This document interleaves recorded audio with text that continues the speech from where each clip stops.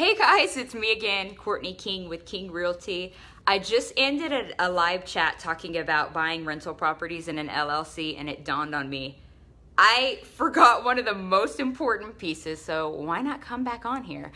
Okay, so for those of you that haven't watched the last video, I'm gonna give my disclaimers. I'm not an attorney, I'm not a CPA, I am just a real estate broker, an investor that likes to make money with rental properties. So you always want to go consult the experts and the professionals.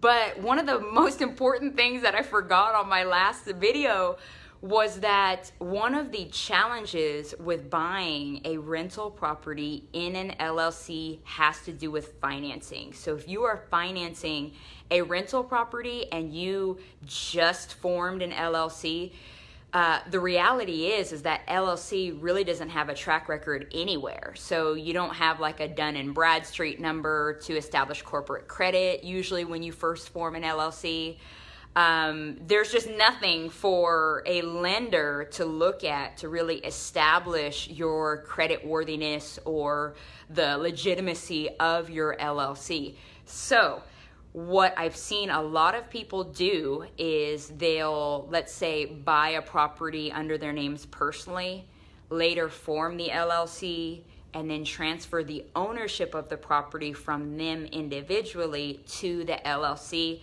That's the way a lot of people do it. So that's probably the most important thing when it comes to buying a rental property in an LLC. So that's the way a lot of people do.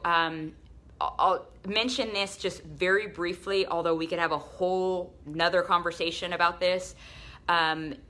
Oftentimes when you get a mortgage, there is a due on sale clause, which means if the ownership of a property changes, then the bank, could call the note due.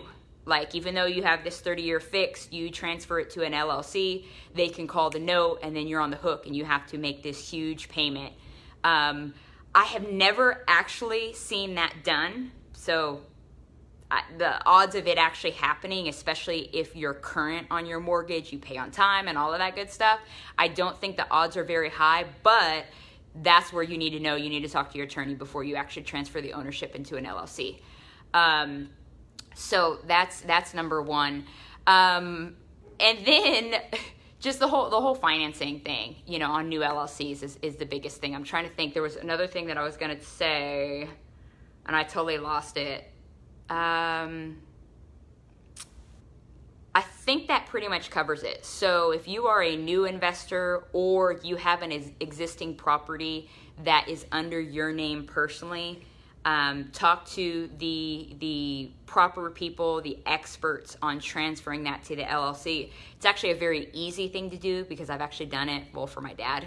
And it's literally just recording a deed to the property with the county. So it's very, very easy, but you want to make sure you read the fine print in any of the financing. Now, what we're doing with our investment company, because it's been around for at least 8 years, we have a track record, we've got corporate credit, we've, you know, established a really good, I guess, financial picture. So, you know, if we want to go and either secure like a line of credit that's collateralized by one of our properties, we can do that, or get a loan. Oftentimes, even if you get to that point where you're buying a property in the LLC, 9 times out of 10, they're still going to want a personal guarantor. There are creative ways, I think, that you can get around that. And I think it also depends on the lending institution.